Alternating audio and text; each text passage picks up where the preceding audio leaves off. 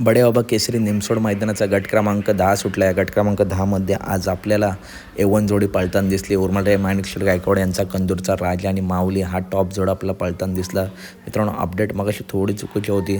पायरा कंदूरच्या राजाचा माऊली होता आणि बघताय काय तो स्पीड लागला आहे.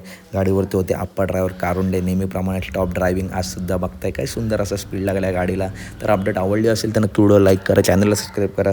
तसेच कारुंडे एक्सप्रेस चिकेसुद्धा गट क्रमांक 12मध्ये खूप सुंदर आणि टॉप पडला आहे. त्याच्यासुद्धा गाडीला खूप सुंदर असा स्पीड लागला आहे.